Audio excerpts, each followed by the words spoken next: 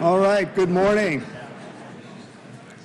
Great, let's get started. Thank you so much for joining us this morning. My name is Trevor Reeve, and I'm the Director of the Division of Monetary Affairs here at the Board.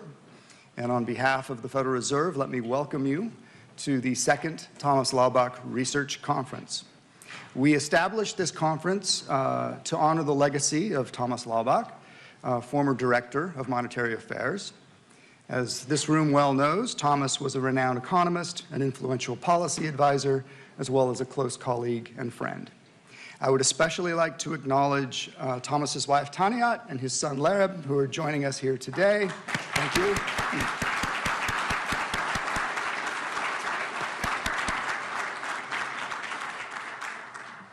This year's conference is a key element of the Federal Reserve's ongoing review of its monetary policy framework. And that is highly appropriate for this conference, given that Thomas played a critical role in the Fed's first framework review in 2019 and 2020. The research presented and discussed over the course of today and tomorrow will help inform the FOMC's discussions as the committee considers potential changes to its monetary policy strategy and communications. And we have the vast majority of the FOMC sitting right over here today. Let me extend our great appreciation to the paper authors, discussants, and panelists for investing their time and energy and sharing their insights with us. And let me thank all of you in attendance for contributing to what I'm sure will be a very engaging and productive conference. Before we turn it over to the chair, let me address just a few logistical items.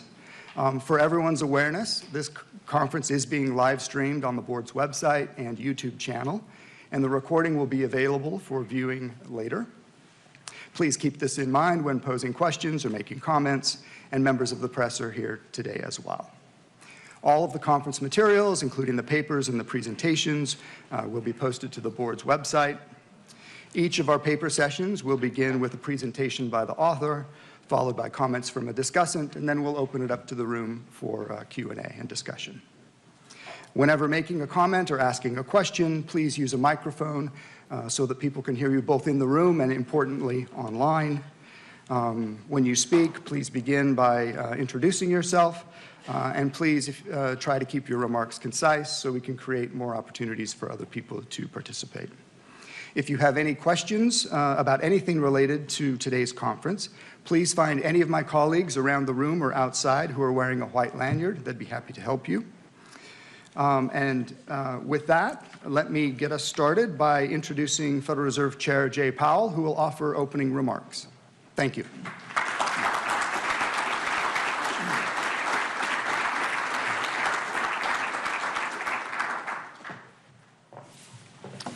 Thank you, Trevor, and good morning. I'd like to add my welcome to everyone. Thanks for being here. Thomas Laubach's research and his broader support of the FOMC helped us better understand monetary policy, and it is fitting that this work will continue today in his name. Thank you to the authors of the papers, to the discussants, and to our panel participants, and thank you also to Trevor and his team for organizing this conference. A whole lot of work went into bringing us together. As in our last review, the 2025 review consists of three key elements: this conference, Fed Listens events at the reserve banks around the country, and policymaker discussions and deliberations supported by staff analysis at a series of FOMC meetings. In the current review, we will reconsider aspects of our strategic framework in light of the experience of the last 5 years. We will also consider possible enhancements to the committee's policy communication tools regarding forecasts, uncertainty, and risks. In 2012, the FOMC first codified our monetary policy framework in a document entitled the Statement on Longer Run Goals and Monetary Policy Strategy, which we refer to as the Consensus Statement. The language in the opening paragraph, which has never changed, articulates our commitment to fulfilling our congressional mandate and to explaining clearly what we're doing and why.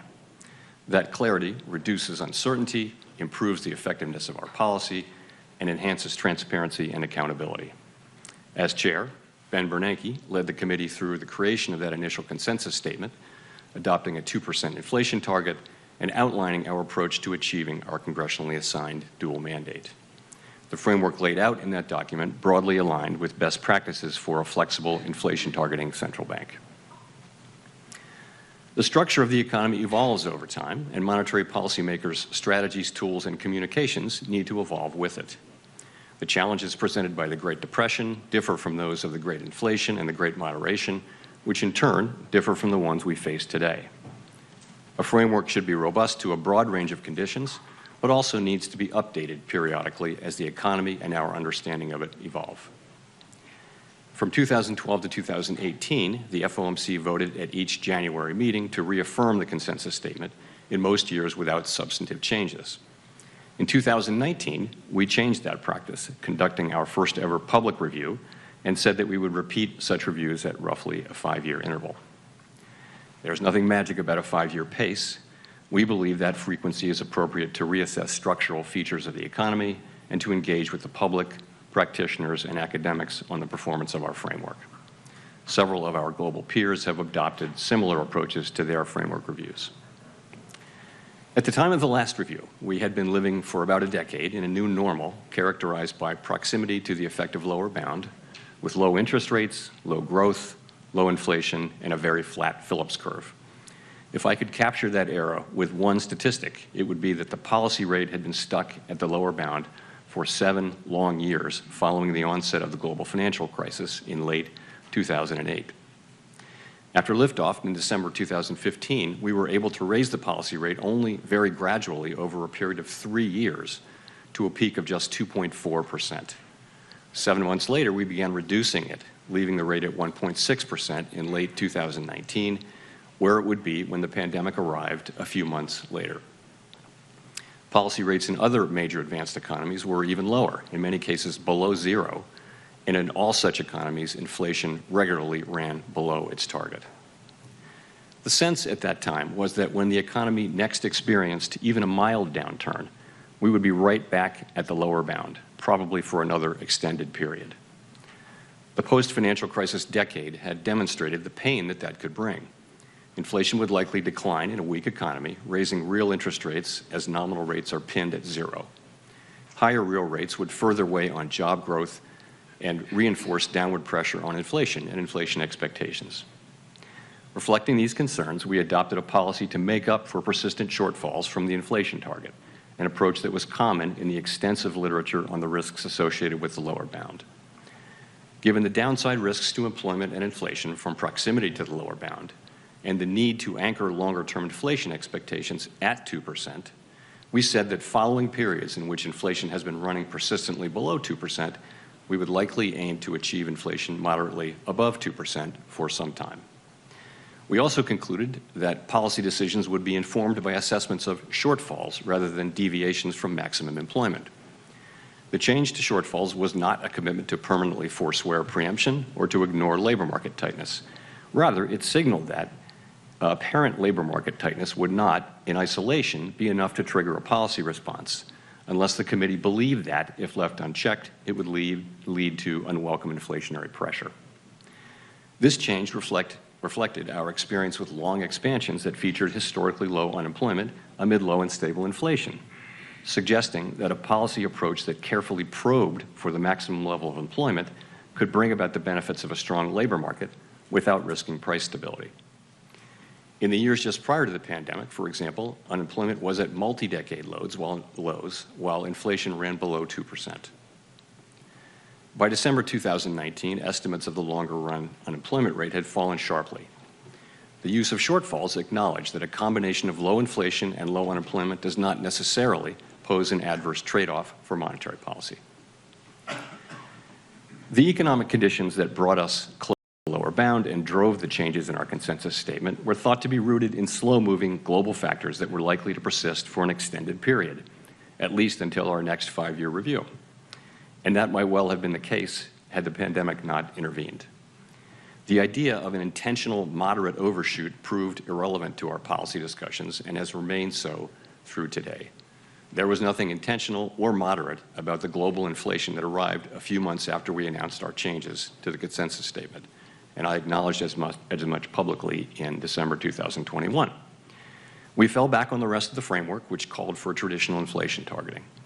Through the end of 2021, FOMC participants continued to forecast that inflation was likely to subside fairly quickly in 2022, with only a moderate increase in our policy rate. That projection was consistent with other central banks with different frameworks and the vast majority of forecasters. When the evidence showed otherwise, we hiked 525 basis points over a period of 16 months. The most recent data suggests that 12-month PCE inflation was 2.2% in April, far below its 7.2% peak in 2022. And in a welcome and historically unusual result, as this room knows, this disinflation has come without the sharp increase in unemployment that has often accompanied a campaign of rate hikes to reduce inflation. The economic environment has changed significantly since 2020, and our review will reflect our assessment of those changes. Longer-term interest rates are a good deal higher now, driven largely by real rates, given the stability of longer-term inflation expectations. Many estimates of the longer-run level of the policy rate have risen, including those in the Summary of Economic Projections. Higher real rates may also reflect the possibility that inflation could be more volatile going forward than during the inter-crisis period of the 2010s. We may be entering a period of more frequent and potentially more persistent supply shocks, a difficult challenge for the economy and for central banks. While our policy rate is currently well above the lower bound, in recent decades we have cut the rate by about 500 basis points when the economy is in recession. Although getting stuck at the lower bound is no longer the base case, it is only prudent that the framework continue to address that risk. While the framework must evolve, some elements of it are timeless. Policymakers emerged from the Great Inflation with a clear understanding that it was essential to anchor inflation expectations at an appropriately low level. During the Great Moderation, well-anchored inflation expectations allowed us to provide policy support to employment without risking destabilizing inflation. Since the Great Inflation, the U.S. economy has had 3 of its 4 longest expansions on record. Anchored expectations played a key role in facilitating these expansions. More recently, without that anchor, it would not have been possible to achieve a roughly 5 percentage point disinflation without a spike in unemployment. Keeping longer-run inflation expectations anchored was a driving force behind establishing the 2% target in the 2012 framework. Maintaining that anchor was a major consideration behind the changes in 2020. Anchored expectations are critical to everything we do, and we remain fully committed to the 2% target today. In the current review, the committee is engaged in discussions about what we have learned from the experience of the past 5 years. We plan to complete consideration of specific changes to the consensus statement in coming months. We're paying particular attention to the 2020 changes as we consider discrete but important updates reflecting what we have learned about the economy and the way those changes were interpreted by the public. In our discussions so far, participants have indicated that they thought it would be appropriate to reconsider the language around shortfalls. And at our meeting last week, we had a similar take on average inflation targeting. We will ensure that our new consensus statement is robust to a wide range of economic environments and developments. In addition to revising the consensus statement, we will also consider potential enhancements to our formal policy communications, particularly regarding the role of forecasts and uncertainty.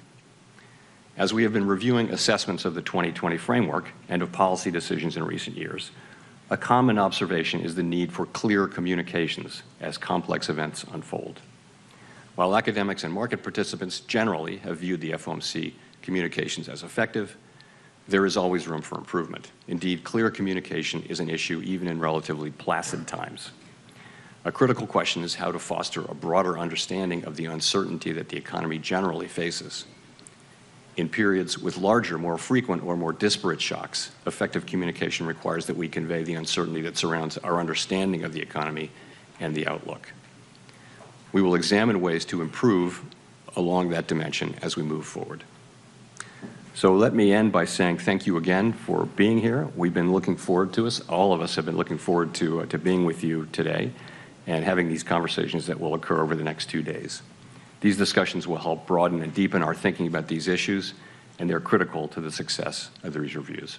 Thank you very much.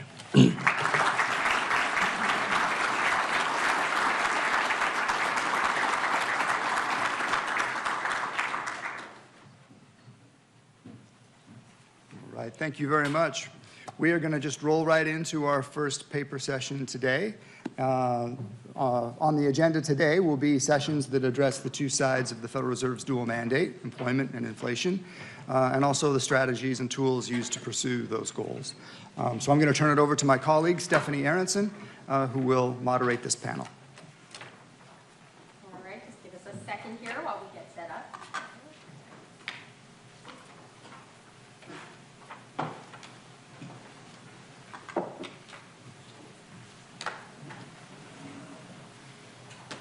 All right, great to see everyone here this morning. I'm super excited to be kicking off the session.